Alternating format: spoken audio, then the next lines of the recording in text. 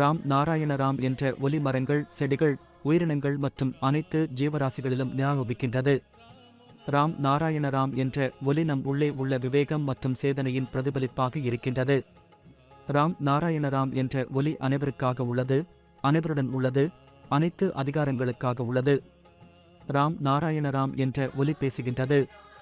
இந்த ஒலி எப்போது நாம் அதை கோருகின்றோமோ அது நமக்கு ஒலி கொடுக்கின்றது. ராம் நாராயண ராம் என்பது நாம் அழைத்திடும் ஒலியை கேட்கும், புரிந்துகொள்வதும் நம்மிடம் வந்து சேர்ப்பதும் ஆகும். இது எங்கள் அனைத்து பணிகளையும் நிறைவேற்றுகின்றது. நாம் மனிதர்கள் என்பவர்கள் சிந்தனை செய்கிறோம், தீர்மானங்களை எடுப்போம், கொள்கைகளை வகுப்போம். ஆனால் செயல் ராம் நாராயண ராம் தான் எங்களால் செய்ய வைக்கின்றது. ராம் நாராயண ராம் நாம் புரிந்து கொள்ள வேண்டும், இதை நம் இதயத்தில் வைக்க வேண்டும் மற்றும் இதற்கு நம்பிக்கை கொண்டு முன்னேற வேண்டும்.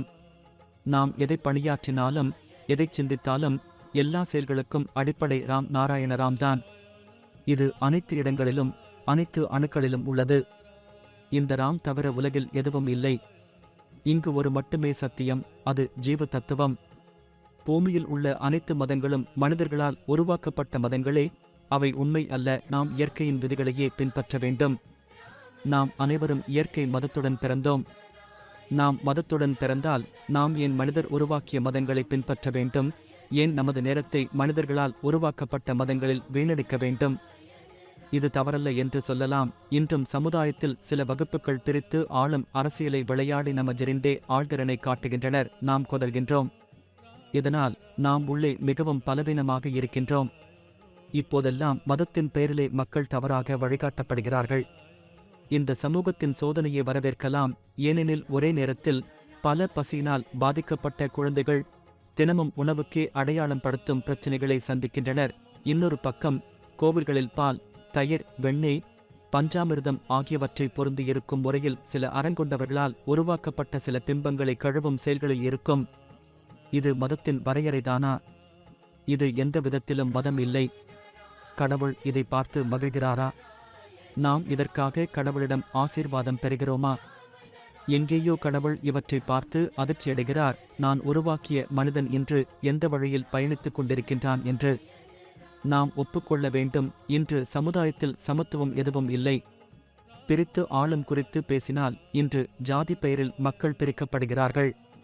ஒரு மனிதன் பிறக்கும் போது நாம் அனைத்தும் ஒரே வழியில் பிறந்துள்ளோம், ஒரே செயல்முறையில் பிறந்துள்ளோம், ஒரே இரத்தம் நம் உடலில் உள்ளது. அப்போ எதனால் நாம் வேறுபட்டோம்?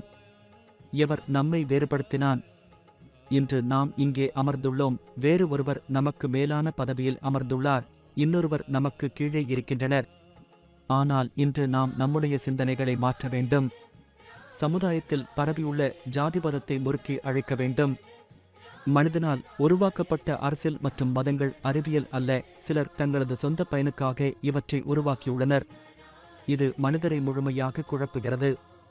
பூமியில் சுமார் 400 மதங்கள் பரிந்துரைக்கப்படுகின்றன. இந்த மத நடைமுறைகளை உருவாக்கியவர்கள் அவற்றின் பின்னால் மக்கள் மீது மிரட்டலை செய்துள்ளனர். முதலில் மனிதரே இதை புரிந்து கொள்வது அவசியம். நாம் இந்த பூமியில் வந்த பிறகு எவ்வளவு நாளாக வாழ்ந்தாலும் இறப்பு நிச்சயமாக வந்துவிடும். ஏனெனில் இறப்பு என்பது ஒரு நிரந்தர சத்தியம். அதனால் இந்த சிறிய வாழ்க்கையில் ஏன் நாம் வெறுச்சியோ வெறுப்பு வைப்பு வேண்டும்?